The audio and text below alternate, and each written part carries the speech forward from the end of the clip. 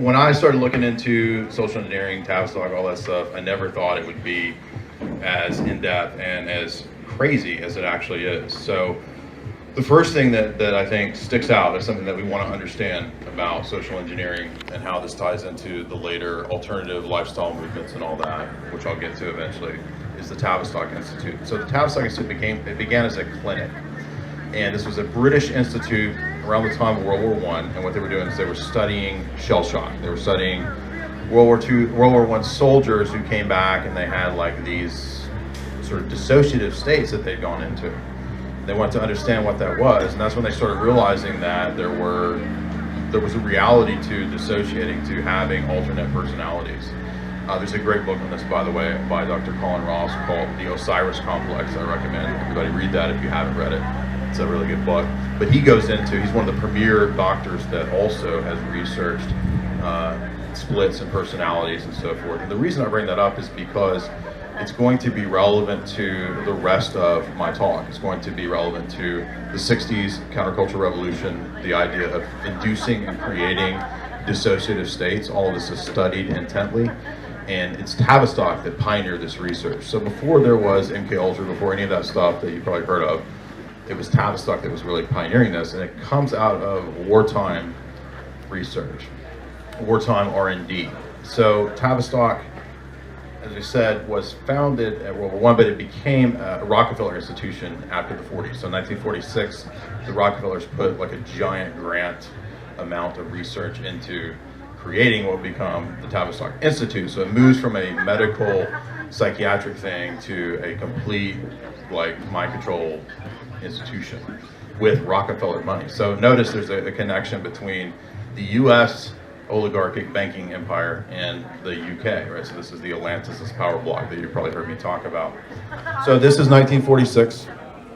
They start, as we said, they had already perfected and understood shell shock, and then they also move into the idea of not just drug research, not just mind control, but also the idea of operant conditioning. So for example, B.F. Skinner, we've probably all heard of him, J.B. Watson, these are two premier psychologists, and what they did was they said we should look at man as an animal. Rather than viewing him as having any spiritual component, he needs to be viewed as completely a material being, basically something that can be trained like a dog. Everybody's heard of Skinner and that kind of stuff. But most people don't know that Skinner had a giant amount of Rockefeller money as well. So it's the Rockefeller family that was really behind a lot of this.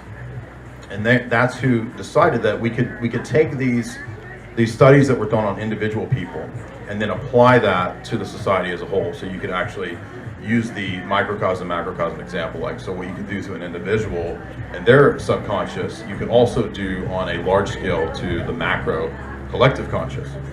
And even Carl Jung was involved in Tavistock for a while. He also had Rockefeller funding too. So I'm not saying everything Carl Jung said was wrong, right? I'm not saying it was all right, but I'm saying that they would basically tap the top minds to craft this perfect approach to what Timothy Leary would later call scientific paganism. He doesn't mean free love and like what you might think. He actually literally means complete mind control. If you don't know, Timothy Leary was not a pioneer, a troubadour of freedom and liberation. He was actually an agent of the CIA. We'll get to that later. So anyway, so we have to understand that wartime is perfect for social engineering because you can do a lot more during wartime than you can when it's peacetime, supposedly, right? But whenever we're ever in peacetime, right? We're like always at war with somebody. So a lot more can be done through training people. If you think about World War II, the British, for example, had a lot of rationing. So they were actually being prepared through food rationing in wartime for what would later be rationing in terms of giant government bureaucracy, like telling you what you can and can't eat, when you can and can't eat. And something like the UK think tanks that put out the Plandopolis videos, if you've seen those. So shell shock and all that brought the attention of Bayer. It brought the attention of the Shell Corporation, giant pharmaceutical corporation. They said, where else can we go with this? This is where we get to MKUltra.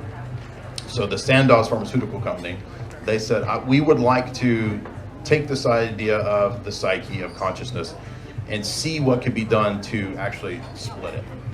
not just shell shock. We don't want to just use trauma. Can we use a chemical inducement to create alternate personas? And believe it or not, yes, they did decide that this could be done. So this is where Aldous Huxley comes in. Huxley, who everybody knows about Brave New World, 1932, but Huxley was also doing a lot of pioneering LSD research. He was doing a lot of tripping, and it was Huxley together with Gordon Wasson, together with J.P. Morgan funding, that sent Gordon Wasson and his wife, a banker, down to Latin and South America to find the perfect hallucinogens to create dissociative states. So again, a lot of people think that, and I'm not saying that all drugs are necessarily wrong or bad, I'm just saying that this was the establishment's perspective of how you could utilize chemicals and drugs to create dissociative states. So there's an interesting entry that Huxley has where he talks about one of the first experiences of drug trips, and he says that he noticed that it did intentionally, or it did automatically sort of create a forced step into one's subconscious. And so one is, of course, forced to confront their demons and so forth. That's why you have to be in like a good state and all that. But he said that what we could do with this from the establishment vantage point was utilize this as a way to create a new psychology of humanity, a new way of viewing the world, and not just the world, but man himself. And that's going to take us to Changing Images of Man, which is a central document from the establishment about how man's own view of himself has to be altered and reformed. That's going to be in the 70s. That's going to be connected to Tavistock and the Stanford Research Institute. But as I said, we had, I came across a couple of things that were interesting that I didn't know, that the Tavistock Institute researched, because it's not just drugs, but it was also like corporate scams about how to sell people stuff. So for example, they pioneered research on hair, fish sticks, and getting everybody to drink coffee. And I took a Warner Brothers tour, and I noticed that my girlfriend and I, we were looking at the set of Friends. I never watched Friends, but she was saying that Friends got everybody drinking coffee, right? This is got Starbucks really popular in the 90s. But that actually makes sense because Edward Bernays plays into this, who is the father of modern propaganda advertising. He also worked with these same institutes to craft and create marketing schemes to get everybody into some fad, right? So you have the tie-in of both the drug, the MKUltra, the psychology aspect to it, the social engineering aspect with the World War II, World War I psyops, the military studying this stuff, and these private institutes studying ways to not just use this for reforming society's worldview, but also in creating ad campaigns.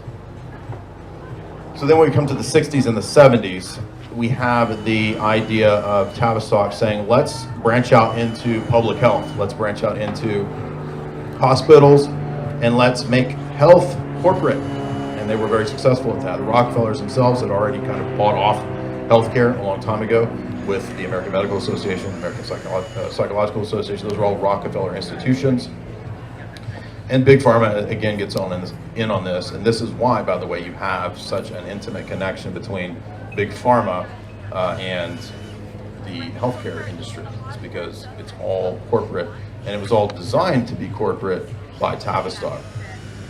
So, and again, a lot of this is how to create management plans and management structures.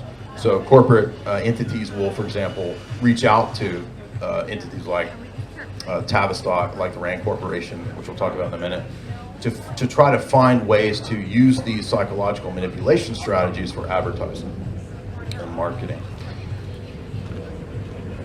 One of the reasons, by the way, that this is so crucial, I mentioned the Changing Images of Man work, which is the 1974 Stanford Research Institute document. That was actually the basis for Marilyn Ferguson's book, The Aquarian Conspiracy, which is not a conspiracy text, it's actually a text about how the entire corporate world is going to be transformed by the Tavistock and Stanford Research Institute work. And it has been. Now, one of the neat things about that not many people know about is that it's also studied not just in immediate applications, but also in phases. So you have these phases of like, what happens in this decade? What do we do in this decade? Changing Image of Man discussed this. It talks about ways that society could atomize almost completely the whole structure, meaning basically that everybody's alienated, they're on their own, they're not connected to anyone else. The consumerist culture specifically does this, and the Rand Corporation, one of the top think tanks in the world. If you've seen Kubrick's Dr. Strangelove, this is about the Rand Corporation, parodying it, it's a lampoon of it. It's about this, psychotic institute that creates this, sort of staged Cold War dialectic. The Rand Corporation actually does this stuff, right? It's the Rand Corporation, according to Alex Abea's book, Soldiers, the reason that took us from a more traditional society to a atomized society, a consumerist society. So you have to understand that was done by design. We're not living in a situation where things move organically. All of this is studied decades ahead, and it's implemented decade by decade. Changing Images of Man actually shows us this. So the reason atomization is crucial is that once everybody is disconnected from one another, they don't have any traditional bonds, no ideas of heritage or identity, then what you do is you bring in the new glue, the new thing that brings everybody together, and this is the collectivization. So you basically create atomized individuals. The next phase, bring them into the giant collective. Huxley talks about this in his book, The Perennial Philosophy, for example. So we're all just going to be one giant blob, and that will be the giant global government. All planned, by the way. Now, a lot of people, too, think that Huxley was a good guy. I don't think that he was. He was part of the British Eugenics Society, the Royal Institute. They were the preeminent population control advocates. They wanted to basically kill off most of the earth. And the Changing Images of Man is crucial in understanding that, because it's one of these documents that says that we have to reform man's view of himself and other men.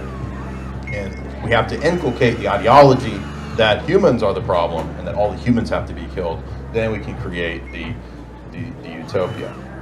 And it's specifically Tavistock, Rand Corporation, etc., who implemented this anti-human agenda, as well as the Club of Rome. And one of the things that Tavistock talked about was creating fake guilt. If you have been around psychopathic people or somebody who's sociopathic, you know that they're good at manipulation, they're good at basically projecting some fake, phony guilt on you that you haven't actually done anything wrong. And this was done on a macro scale by these institutes. The Club of Rome, of course, is one of the key examples of this, which is an EU think tank, which in the 1970s came up with the idea of pollution. They said, let's create some unifying problem whereby mankind is the cause, and we'll say it's pollution. This is in their document, The First Global Revolution. And they said that way we could convince everybody to live small, don't have kids, and accept austerity. Now, I'm not trying to offend the people that like small living in tiny houses or anything like that. You're free to do that if you want to do that. I'm just saying there's a larger agenda at play here, where the bankers, who are huge proponents of austerity, love the idea of everybody living small and not having any children so that they can inherit the future. And they actually talk about that in some of their documents. These documents I'm talking about are examples of this. So austerity, in many ways, is a banker scam, and it ties into this. The Tavistock Institute, Rand Corporation, the interlocking directorates, they're all part of this same worldview. Now, another thing that's interesting that I think we should mention in terms of Tavistock is Kurt Lewin and his pioneering work in changing people's diets. Now, again, I'm not saying if you have your own metabolism and you want to pick your diet, that's fine, that's up to you. I'm just saying, again, we're looking at things at a larger scale and how this is used for social engineering. Diet is huge. The CIA, the Pentagon, they have money in shows like Cupcake Wars because that's part of culture. Culture creation, toxic culture, these are things that the Pentagon, the CIA, they're very interested in. And they will farm out the work, the research to entities like Rand Corporation, Tavistock Institute, to give them the plans and strategies for how to create mass change, right? So, for example, groupthink, this is something that Kurt Lewin, one of the Tavistock psychologists, came up with, was how to alter people's perspectives of groups to basically make them mindless zombies. And one of his first test cases was diet. He said, how can we get everybody away from the diet that they're on and onto a corporate diet? And he was very successful in that. And he did that by looking back to people like Plato. If you're not familiar, Plato, the Greek philosopher, Plato said that the slaves should eat slave slop. They should eat the orphan slop. They should eat grains. Don't let them eat any meat or anything that might give them virility. again, I'm not trying to defend the vegans here. If that's your diet, that's fine. That's up to you. I'm just saying that that diet can be used as a means of social engineering. There's plenty of examples of it. One of the top globalists, Alvin Toffler, for example, he says, let's take anarchism, let's take veganism, and let's put them together in a movement. He wrote this back in the 70s. Yeah, and he said, let's create like a fake leftist movement that will be like a cult. Exactly. In fact, Herbert Marcuse, one of the Frankfurt School guys, he says that all of the student movements and the social justice people, they're all his descendants. He says they all come from me, right? And I don't think that they were genuine revolutionaries, by the way.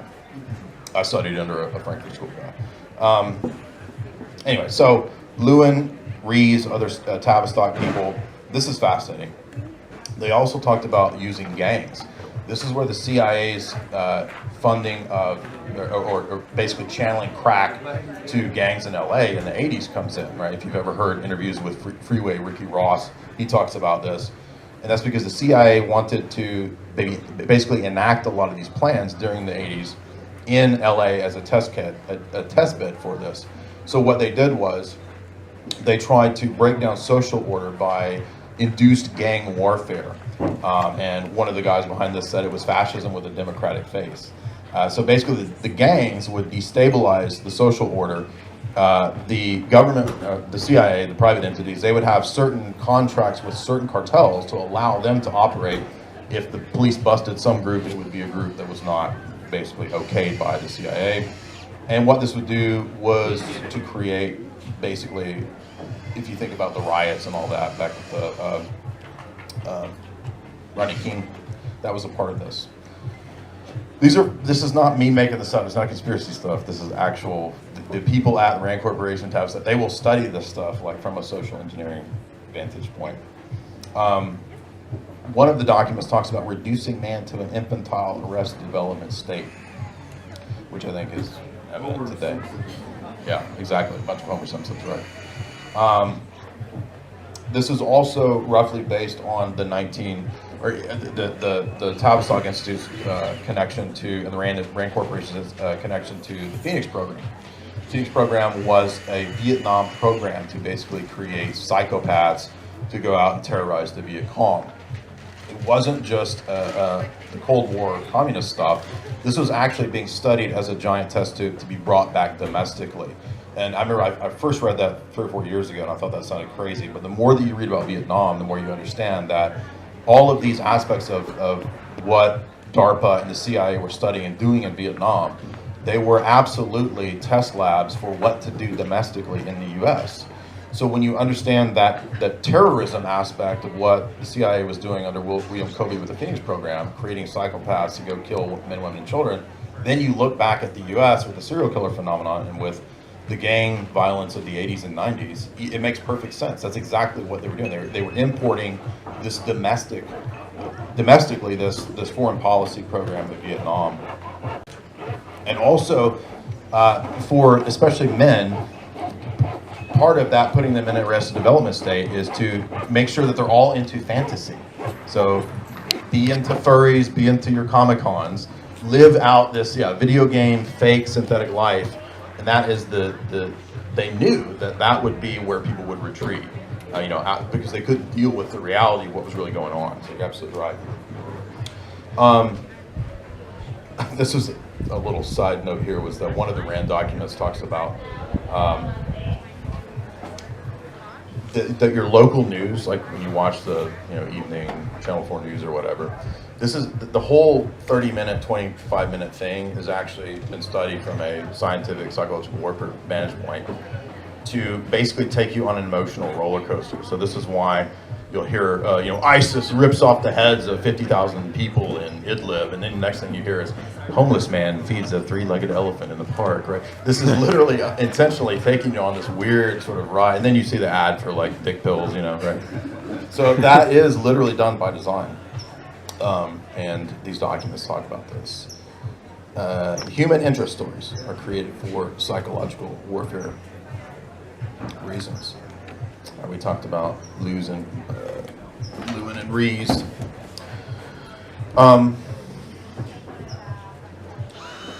one of the things that they wanted to do too was to alter people's self-conception, not just through changing images of man, but also memory studies.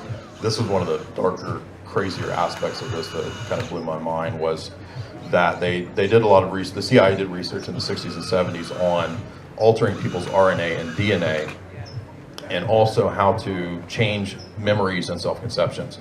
If you've heard me talk about John C. Lilly, one of the MKUltra doctors, he has in his book, Programming and Metaprogramming in the Human Biocomputer, this section where he talks about basically re-imprinting and reprogramming a person through a whole bunch of LSD, playing tapes over and over and over, putting mirrors in front of their faces, and basically wiping people's minds to give them a completely new identity. And this really and I was really skeptical of this for a long, long time until I read Lilly's book, because he goes into such detail about how this is done to basically suppress the trauma, suppress the real identity of the person, and then they have this sort of false identity. So they were pretty successful at this, apparently, according to Lilly. Other MKUltra doctors, they're kind of like iffy. Dr. Estabrooks, he first talked about in the 40s and 50s creating the courier, where you could hide hide information in somebody's subconscious. It was iffy. I was iffy on that. When I read Lilly's book, I was like, really blown away at how apparently successful he was at this. And he apparently did perfect the art of the keywords, which were able to bring forth, the stored information or the alternate persona. So that's all apparently pretty real. That makes sense why now we see DARPA and these different entities talking about how they can basically imprint memories in people. It can be done through Big Pharma, through ELF, VLF type technology. So implanted memories, that's all. You saw this in Blade Runner, you've heard me talk about that. But one of the projects that is very mysterious, very bizarre, is Bluebird. Bluebird is about this idea of memory and erasing memories. And most people don't know exactly where Project Bluebird comes from, but they think that it might be related to the movie or the kid story, basically, by Maurice Maeterlinck, which is an esoteric occult tale of finding oneself. I don't know if you're familiar with this, but it does look like in this case the CIA was actually studying this sort of esoteric occult fairy tale to figure out how to manipulate memories. That's at least one thesis on what Bluebird is or where it came from. There's a great book on this, by the way, Walter Bower's book, Operation Mind Control, which is one of the better books on this topic.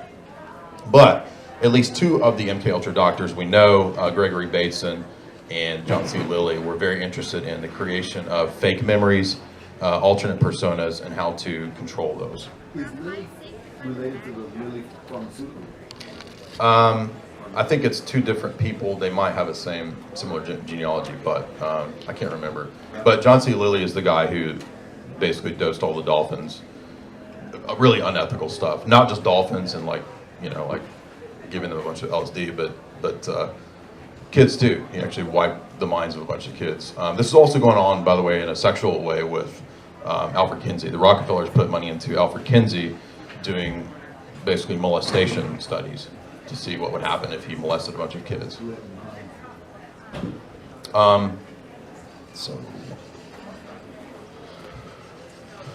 A couple things I did want to mention too. One of the fronts for a lot of this research that the CIA did was the Human Ecology Fund. That was a completely fake CIA operation that was farmed out to fake private entities to do a lot of this research. It went under a lot of sort of environmentalist garb, right? They would wear the cloak of being environmentalists and we're here to save the earth, but actually it was just a complete mind control operation. So Taylorism plays into this. You should be familiar with that as well. And that is the idea from a guy who worked his research was used by Henry Ford to create the most efficient and quantitatively effective factory lines, right? So Taylorism is a form of scientific management. It's a way to basically have complete control and quantification of all the modes of production. If you've seen, you remember the Jetsons, right? It's like space sprockets and cogwheel cogs, right? They're competing to have like the exact same product. But the reason that's relevant to what we're talking about is that Taylorism isn't just applied to the factory line. Taylorism is applied to everything, right? So full spectrum dominance, the idea of the Pentagon, the think tanks to have basically control of not just human interactions and sociology, but the entire biosphere. Taylorism is part of that, right? This is where AI comes into play, because AI is, they believe, the most efficient way, the most rational way to run all this stuff.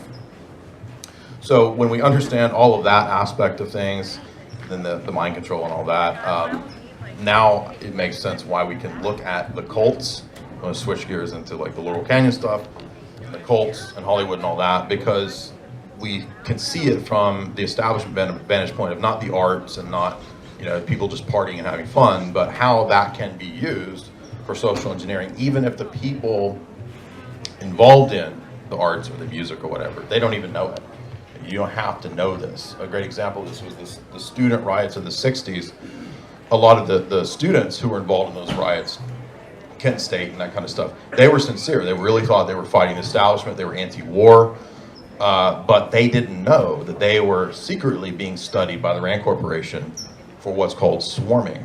And this is a warfare tactic that the Rand Corporation developed back then, back in the 60s, that's now used in the battlefield, right? Like just massive swarms of drones or humans, right? Flash mobs, right? This comes out of the same type of research. So they didn't even know that they were, at the time, by the way, they were, one of the groups, I think it was Kent State, they were protesting the first supercomputer. So like they were genuinely anti-establishment. They said, we're at a university, why is our tax money going to fund this first supercomputer? We're gonna go out and protest it. Meanwhile, in the background, there were a bunch of mad scientists basically studying how they got together and formed their mobs outside. And they said, how can we create flash mobs? So keep in mind that I'm not saying that everybody involved in the 60s counterculture or anything like that was completely controlled. I'm not saying they're all mind controlled, they're all, you know, beta sex kittens or what. I'm not saying that. I'm just saying that you can have people who sit back and watch trends move and how they grow and how they fluctuate. And that's essentially what people in think tanks and the NGOs do. Who knew that Houdini was a spy? Who knew that? Anybody? Nobody? Did you know Houdini was a spy? Yeah. Houdini was a spy for the Secret Service and for Scotland Yard. So the only reason I bring that up is that it's a fascinating tie-in between like the intelligence agencies and Hollywood back in the teens and 20s that most people don't know. So here you have this, you know, very popular magician at the time. He's also part of the Secret Service. And that makes sense actually, because he could do a lot of things that, you know, could be useful to the Secret Service, right? Like putting somebody on a barrel and dropping them off of a cliff or something. I don't know. But yeah, so if you haven't read my book, one of the things I talk about a lot in Esoteric Hollywood is the connection between intelligence agencies and Hollywood acting. And so a lot of A-list actors, for example, have in the past been spies. They've worked for various intelligence agencies. But Houdini lived in Laurel Canyon. So all the way back to the teens and 20s, you have this famous magician, sets up shop in Laurel Canyon, and not only did he live in Laurel Canyon, but he was probably killed. We don't exactly know all the details. There was no autopsy for Houdini's death as a spy. And then in 1959, his house mysteriously burned to the ground. So that's kind of a prelude to the bizarre aspects of the Laurel Canyon scene. And then we have in the I think it's 49, the Black Dahlia case. Most people have probably heard of this. Elizabeth Short, bizarre sort of ritual murder, it looks like. Most people tend to think that this was George Hodel, his son Steve Hodel, who is a detective or something. He wrote a book, Black Dahlia Avenger, and he was in the circles of people in the Laurel Canyon scene, such as actor John Huston, surrealist artist Man Ray, and Orson Welles, John Ford, who was also OSS, by the way, John Ford, the director. Now, the reason I bring that up is that this is also Laurel Canyon scene, and it's Hollywood's first known ritual murder, right? Everybody thinks that this was a ritual murder. Nobody exactly knows who did it, most likely George Hodel, but that makes sense because he's hanging out in some Saturnalian occultic circles. Some of them worshipped Saturn. Man Ray said, I am a Luciferian. I do worship Lucifer. If you look at Man Ray's art, it's not hard to believe that. I'm not talking about his more popular art, but there's actually some very, very, very creepy stuff. But this, again, is our next phase of out of the teens and 20s. We come to the 40s, and we have the Laurel Canyon scene with ritual murders. And then when we think about cults, actually, I don't know what cults. Well, yeah. The Manson. Everybody knows about Manson. I'm not going to bore everybody with the same old Manson tropes. I will mention Vito and the Freaks because Vito is relevant to Manson because he's a pre-Manson Manson. Vito Paulikas was in the Laurel Canyon scene prior to Haight-Ashbury District, and he did all the same stuff as Manson. This is very fascinating. So it's almost as if, and I tend to view it like Manson is a creation of mind control. I know that's kind of a controversial thesis, but did you know that Charles Manson was a theta clear in Scientology? Yes. So he actually went all the way up the levels. I think that probably got him flagged as being useful to somebody. And I don't think that that's out of accord with the thesis that Manson might have been part of a drug hit. He could have been used in that way too. But there's a lot of details that suggest that Manson was not operating just on his own, that he was actually part of a network. But before Manson, you have this guy, Vito, who sets the stage for the Manson cult, the family. And basically, he pioneered new ways of living. He pioneered this sort of troubadour, bohemian art guy, just sort of wandering around. And he was actually the means by which a lot of the bands like the Doors and the Byrds got popular. Because actually, in person, they weren't very good musicians, or at least the story goes, right? Because the music that's on the albums, a lot of that is the Wrecking Crew, Phil Spector's Wrecking Crew. But in person, they were kind of subpar, so they needed a spectacle. So Vito would get basically 20 chicks to come in topless, right? So there's your spectacle, that's the draw. He's a guru. He was considered semi-divine. And again, this is years before Manson cult. This is basically 50s and 60s, or late 50s, early 60s. So we can see then that California, in many ways, which I used to live out here, so I'm not speaking from ignorance. California is kind of a military-industrial complex state. Like the whole state is nothing but like Navy bases and experimental cult, right? Who do we have? Heaven's Gate, Jonestown, Scientology, Church of Satan, Church of Set too, I think. Children of God, Manson, on and on and on. It's like a test. It's like a hotbed for cults, right?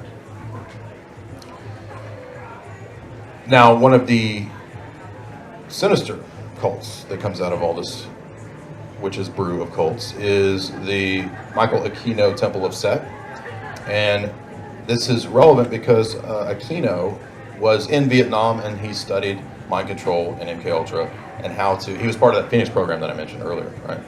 So again, you have to understand that in a lot of these cults, they're not just there for enlightenment, self-realization, or whatever. They're also being used or studied. And that's why so many of these cults have establishment, CIA, FBI connections, infiltration, and so forth. A lot of them are being used. Aquino, for example, wrote the famous psychological warfare document, Mind War to Psy War, where he talks about utilizing a lot of the same strategies I've been talking about here. He also wrote a book about black magic and how to use black magic in warfare for the Pentagon. So it wasn't just Stanford Research that was studying like remote viewing and all that. They were also studying voodoo, literally. In 1962, the Rand Corporation put out a study by William H. McLaughlin, LSD for normies. For what? Normies. How can we change the normies? Now you might say, well, that's a good thing. They're going to wake people up, right?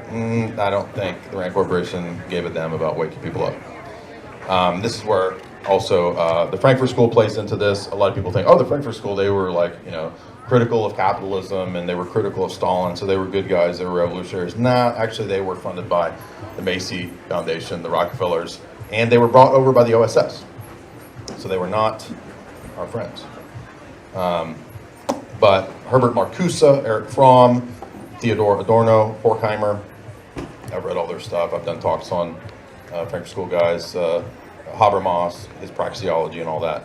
Basically, they are the fathers of the social justice warrior movement, which if you, I don't know what you guys' view of that is, but basically my view is that that is used as a tool. I don't think that's legitimate counterculture in my view. And Marcuse and all these Frankfurt School guys who are funded by the CIA, the OSS, said the same thing. They said that they are all students of me, Marcuse said. So basically, at the same time as we have what might be called the counterculture left, the establishment was also interested in the counterculture right. They weren't just studying one side of the dialectic, they were also interested in the right side of the dialectic. And some writers have called this the Antichrist side of the dialectic. And that's because these were writers who were interested in Crowley, Nietzsche, and the contrast of the Apollonian and the Dionysian aspects of religion, sort of smashing them together and seeing which, almost like, again, like test tubes, like which ones worked in different areas, different places. I have a talk that you should check out about Miles Copeland, CIA guy, long-time CIA operative, the book Game of Nations, because he writes his biography about all of his social engineering that he did as a consultant for an ad agency, that was his cover, in Egypt. So basically, the CIA revolutionized and changed Egypt in the 20th century, especially after the 40s into the 50s, through all of these techniques and tactics that I'm talking about. And he goes into great detail to talk about how they had basically business phases for each decade of where they would take Egypt. And yes, it is that planned. But this Antichrist side of the dialectic wanted to create the autistic loner who could basically be a cubicle savant who was good at coding. I'm not joking. I know that sounds nutty, but if you think about these people, no, I would not put that past them. They did, because I'm not saying that you're bad if you're autistic. I'm just saying that that kind of person can be very focused. And if you think about how that could be useful to social engineering, you could see how, let's just create a generation of coders who would then code and build the big AI system, and then we can get rid of the populations and live in the smart city. But that's why you see the promotion of Crowleyanism, Nietzsche. Those can overlap to some degree. There is some evidence that Nietzsche was involved in ritual magic. But this is basically, again, this sort of right-wing elitist version of the system where, Crowley said famously that the slaves will serve. He was not at all egalitarian or hippie, even though he also pioneered drug research. His drug diaries were used by British intelligence. But the reason I bring all that up is that this was not just the creation of autism, which I believe was done by design on a mass scale. Jonas Salk talks about this in his book, The Father of Inoculations. It's also the idea of the return of paganism, the archaic revival. And again, I'm not trying to offend anybody if you're into paganism, just making the point that from the establishment vantage point, they study all these things, right? Like even religious views that I have, they've been studied by the establishment and used. So I'm not trying to offend anybody by saying that. But the idea here was, could we create a new cult, something like the ISIS cult? Could we bring that back and initiate everybody into this? And the establishment basically control this. And yes, that's actually been discussed, the creation of a giant ISIS cult. So, am I going? Go about 5 more minutes. Okay. You need a drink of water here. I'm going like 90 miles an hour here. Did you get all this? Can you repeat it all and start over? Repeat. Go. Check back later. Dang, I'm only like halfway through my notes. That's why I was trying to go so fast. I want to get all this in. So, yeah. So basically, I did have some more stuff on the famous Laurel Canyon acting scene.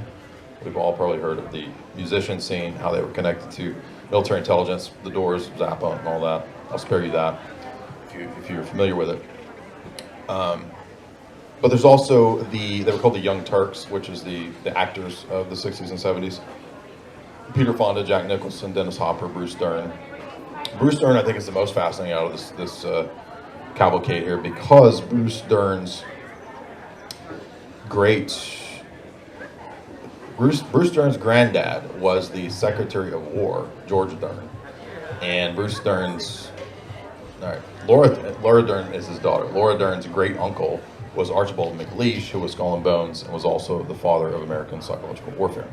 So you have this very strange connections. They're also descendants of the Roosevelt family, by the way. So in other words, a lot of the Hollywood royalty do actually have a very intense military and CIA background connection. Skull and Bones, of course, is the origins of the CIA.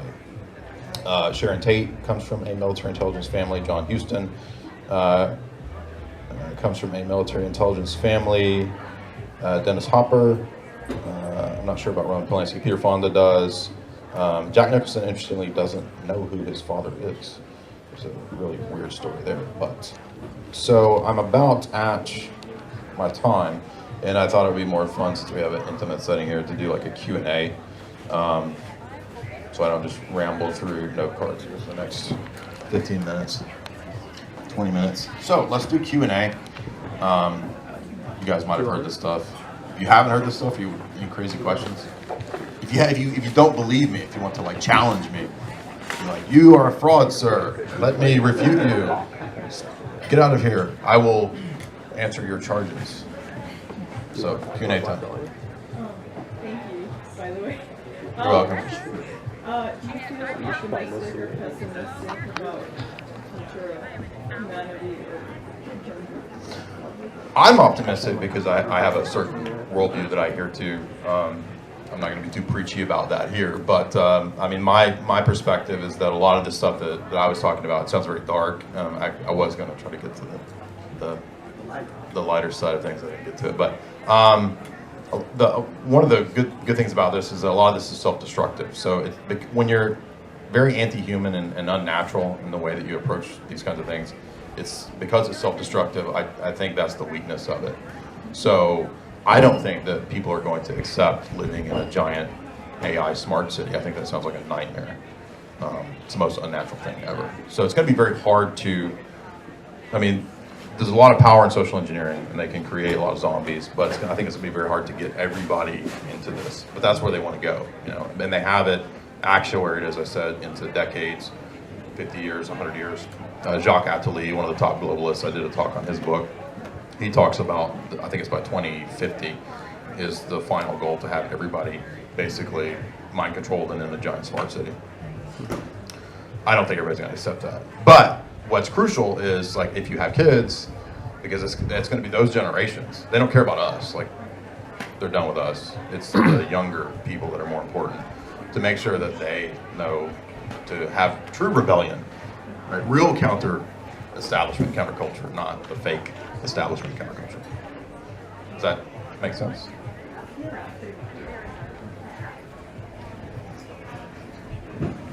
Okay. I'll go first then. You mentioned Edward Bernays a little bit in your talk, and you also have talked about him elsewhere in your work. Right. His worldview is really interesting. I was looking stuff up about it. He kind of saw the masses as totally irrational and subject to a herd instinct, and so they had him need propagandizing cultural creator elite to guide them. Not to delve too deeply into like your personal views if you don't want to, but like how close would you say your view of human nature is to that? Do you think there needs to be a kind of cultural elite to guide in a positive direction? And in that case, politics would be about creating the best elite, or are you more libertarian in your view of human nature as is politics to you more about like liberating us from the very idea of a tyrannical elite? That's a good question. Me personally, I'm not a libertarian. I'm more of a traditionalist, so I believe in like an organic elite that comes out of the society or group or culture or tribe or whatever, based on their own merits and abilities, not based on something fraudulent or created by some elite. So, I mean, I know that's ideal. We don't live in an ideal world, but on the one hand, I think that Bernays is right that there is an elite, and there's always going to be an elite, right? So we can never have a completely egalitarian society. It's not possible. Because there's always going to be somebody who has some ability or skill that another person doesn't have. So there's always going to be hierarchies. It's unavoidable. Nature is full of hierarchies, right? But the question is how to have that hierarchy function so that it's not set against the herd, right? So a benevolent hierarchy, I guess, is the best way to talk about it. But yeah, I mean, there's no ideals, but so Bernays is partly right, but the thing is that with his worldview, because of his sort of radical, materialistic, pragmatic, atheistic worldview, he sees it as a cultural elite that basically manipulates the mass to do whatever they want with it, or ultimately dispense with it. I mean, he's ultimately also a servant of Rockefeller interests, and they're very anti-human. They want to dispense with most people. So in that regard, it's very dark, but no, I favor like a natural aristocracy. I think it's the best route. Not petty bourgeoisie, not moneyed elite, but natural aristocracy. Champion? Great champion. Remember that House Worth Burning book? No? What is that? Somebody comes out in darkness and kind of guides us. Oh. I mean, that's what I'm asking you. I mean, I know what you think, like QAnon and all that BS and all that crap, but overall, just your thoughts, I guess, maybe. On QAnon, I would say that's probably. Studying how we. Yeah, a lot of that stuff. Like if you remember Jade Helm, that was like a fake conspiracy that was basically the military was wanting to study. What they had a term for it. Not full spectrum dominance, but mastering the human domain. So they wanted to see what would happen in staged crisis scenarios. So Jade Helm was kind of a fake conspiracy to see how people would act on the internet, and then they would gauge the results of that. There was a lot of AI involved in that, very complex type stuff. But I would say QAnon is a great example of a what's called a limited hangout, where you release some true information for a while, and then it kind of goes off into craziness. Yeah. And that kind of leads people down a rabbit trail, red herring kind of thing. So I wouldn't expect there to be some great savior. I mean, I think it's all of us individuals have to make those decisions and for yourself and locally, rather than looking to some government type thing. I think there will be more people waking up though. Like, I can't decide about Kanye. Like, what's he doing? Like, I can't figure it out. Does he just want to run for president? The century of self. Yeah, exactly. I mean, that was amazing. I was really shocked. I thought it was crazy that he promoted that. Right. Which was good. Yeah. But, I don't want to judge people's motives. Does he just want to run in 2024 or whatever? I don't know. But I hope he does keep promoting stuff like that. That was good. Because, a lot of what I'm talking about, you can find a lot of that same information in Century of Self, talking about the creation of the completely egotistic, narcissistic consumer. That's what Rand Corporation wanted to create, was that, and they've been very successful at that. You were discussing Aleister Crowley. Are you familiar with his philosophical, political ideas of aristocratic radicalism? Mm-hmm. How this idea of a natural elite, which he said was being suppressed by the economic system, where the existing mercantile elites were rising to power based on the conformist masses? Yes, I do think he's partly correct. I don't agree with. It depends on what you think he was. Do you think he was a tool of the British establishment, or do you think he was really some sorcerer, or maybe both? What do you think? I honestly don't know, but a lot of his ideas, that concept makes a lot of sense. Yes, I think that in many ways he's classed as a traditionalist. He's classed with, Kumar Swami. He's classed with Ganon. He's classed with Ebola and the traditionalists. And they believed in, some form of elite, aristocratic or natural elite. So I wouldn't say that that's peculiar to Crowley. And a lot of people have held that view, but in many ways he was correct to see that we don't want bankers, homo economicus, ruling us. But Spengler said the same thing, before Crowley said that we live in the age of economic man, and we need something more organic.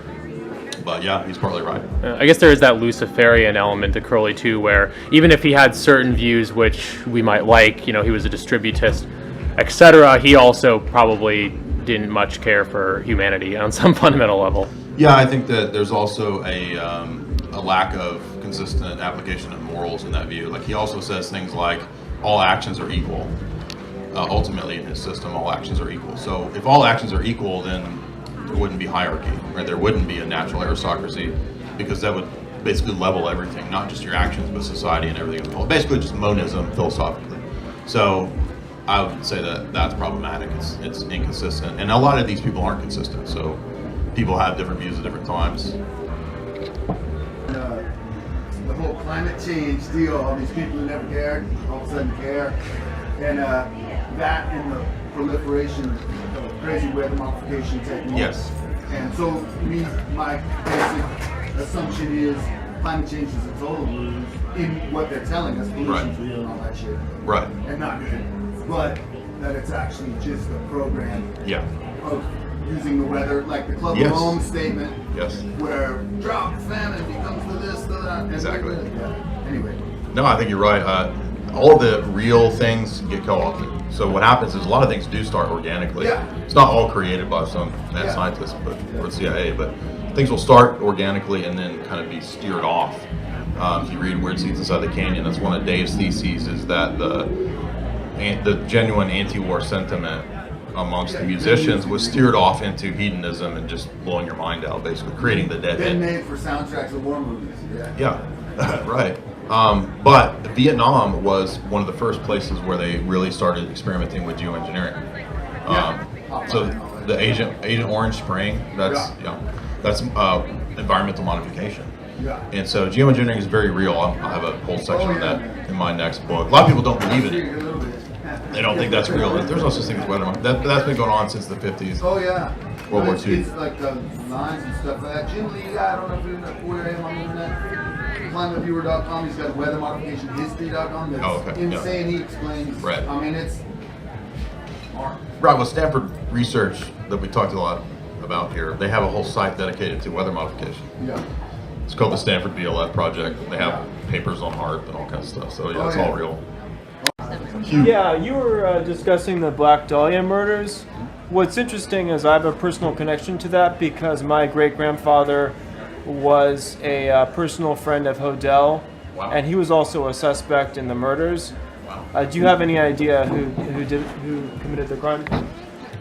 I've seen two books, the Steve Hodel book, and there's a book called Black Dahlia.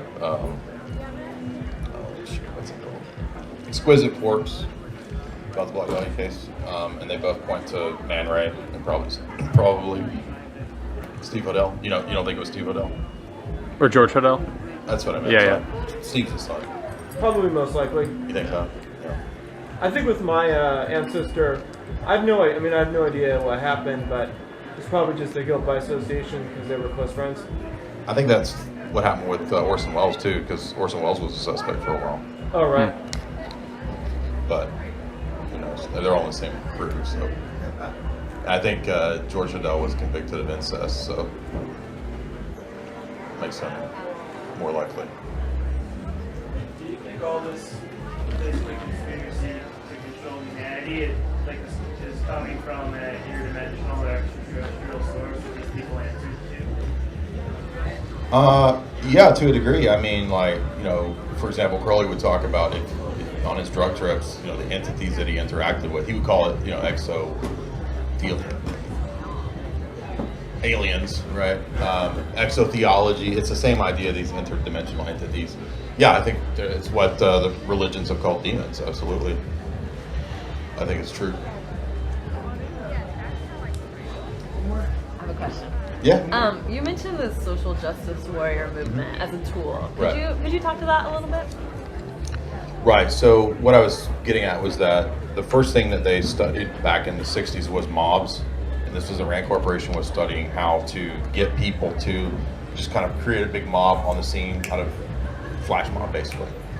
And this has been studied by, for example, the British Ministry of Defense. They have a whole paper that they did about 2005 or 6, where they talked about how in the next 10 to 15 years they foresee the wide-scale usage of flash bombs.